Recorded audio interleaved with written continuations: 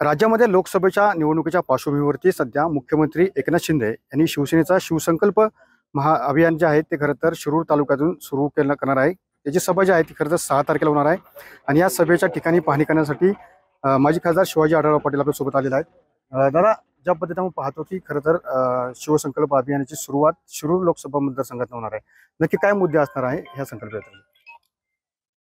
शिवसंकल्प अभियानाचे मुद्दे म्हणण्यापेक्षा उद्देश जो आहे, आम्हाला महाराष्ट्रातून मिशन 48 ही मिशन आमची आहे।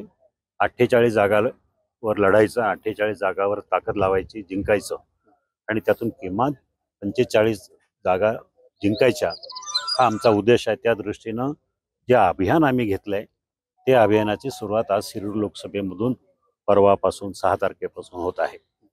खरं तर ज्या ठिकाणी सभा होत आहे त्या ठिकाणी मनोज जरांगे यांची पण सभा झाली होती आणि एकीकडे आपण पाहतो की ज्या पद्धतीने गेले 90 दिवस राजगुरुनगरमध्ये साखळी उपोषण सुरू आहे, जरांगेची सभा सुद्धा या ठिकाणी झाली होती। कुठेतरी जरांगे पाटील ज्या मागण्या करतात त्या मागण्या देण्यासाठी सरकार केव्हा त्यांच्या मागण्या पूर्ण करतील? मुख्यमंत्री ह्या विषयावर बोलू शकतात जास्त अधिकारवाणीने। मी त्यांच्या कानावर घालेल। 6 तारखेला आल्यावर मराठा मोर्चाच्या ज्या मागण्या आहेत त्या संदर्भात सुद्धा बोलतील। खरं तर 6 तारखेला मुख्यमंत्री पण येणार आहे आणि उपमुख्यमंत्री अजितदादा पवार सुद्धा या शिरूर मतदारसंघामध्ये आहे। एकंदरीत आपण ज्या पद्धतीने पाहतो की त्यांनी सुद्धा दावा ठोकलाय, आग्रही भूमिका घेतलेली की शिरूरची जागा आम्हाला हवी। पण ठीक आहे ना, त्यांनी दावा ठोकलाय, आम्ही सुद्धा दावा ठोकलाय, भाजपने सुद्धा यापूर्वी जागेवर क्लेम केलेला आहे। आता तिघही आपापल्या परीनं ठीक आहे, ज्यांचं त्या वाटाघाटी तिन्ही पक्ष एकत्रित बसून ठरवतील कुठल्या जागा कोणाला, कुठल्या जागा कोणाला, त्याप्रमाणे निर्णय घेतला जाईल। त्याप्रमाणे जो निर्णय देतील तो आम्हाला सगळ्यांना मान्य राहील। खरं तर महाविकास आघाडीकडनं शेतकरी आक्रोश मोर्चा करण्यात आला होता आणि त्यानंतर कुठेतरी शिरूर लोकसभा मतदारसंघामध्ये एकनाथ शिंदे यांची जी शिवसंकल्प महोत्सव अभियान आहे ते खरं तर सुरू होते। एकीकडे आपण पाहतो की कोल्हे यांनी आवाहन केलं की जर शेतकऱ्यांचे प्रश्न जर सोडवले तर मी शिरूर लोकसभा मतदारसंघामध्ये यांचं स्वागत करेन। खरं म्हणजे तो काय आक्रोश मोर्चा होता का? तुम्ही सगळ्यांनी पाहिलं, महाराष्ट्रानं पाहिलं, त्या आक्रोश मोर्चाला कुठेही 90च्या वर 91च्या वर लोक उपस्थित नव्हते। तर असा आक्रोश मोर्चाला मुख्यमंत्र्यांनी प्रत्युत्तर देणं असं तुम्ही जे म्हणताय हा अतिशय जोक आहे असं मी समजेल। तो आक्रोश मोर्चा असे ठीक आहे ना, गल्लोगल्ली मोर्चे काढणारे लोक असतात, त्याला काय। आणि राहिला प्रश्न शेतकऱ्याचा, त्यांना कळवळा कधी आला? 5 वर्षात कधी जमलं शेतकऱ्याच्या बद्दल आवाज उठवावा?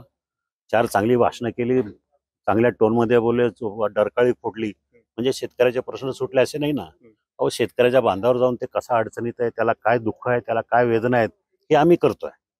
5 वर्ष मी स्वतः जातोय शेतकऱ्याच्या बांधावर, शेतकऱ्याच्या अडीअडचणी समजून घेणं, कर्जबाजारी झालेला शेतकरी, मृत्युमुखी पडलेला शेतकरी, संकट याच्यामध्ये आलेला शेतकरी, हे आमचं आज नाही गेले 20 वर्ष आम्ही करतोय। आता निवडणूक आली म्हणून आम्ही मोर्चा काढला म्हणून आम्हाला कांदा आठवला असं काही नाही आहे। त्यामुळे त्या मोर्चाची आणि ह्या सभेची तसं काही तुलना करणं हे म्हणजे उगाच काहीतरी अति होत आहे। नक्कीच आपण ज्या पद्धतीने पाहिलं की महाविकास आघाडीकडनं जो शेतकरी आक्रोश मोर्चा काढण्यात आला त्याचा आणि या शिवसंकल्प महोत्सवाचा अभियानाचा कोणताही संबंध नाहीये। मात्र एकंदरीत ज्या पद्धतीने आपण पाहतो की राजगुरुनगर येथे ही जी सभा आहे ती खरं तर होणार आहे आणि त्या सभेसाठी एकनाथ शिंदे आहे ते मात्र या ठिकाणी शिवसैनिकांना संबोधित करतील। त्यापासून तुषार सह मी सुनील जगे, TV9 मराठी, राजगुरुनगर, पुणे।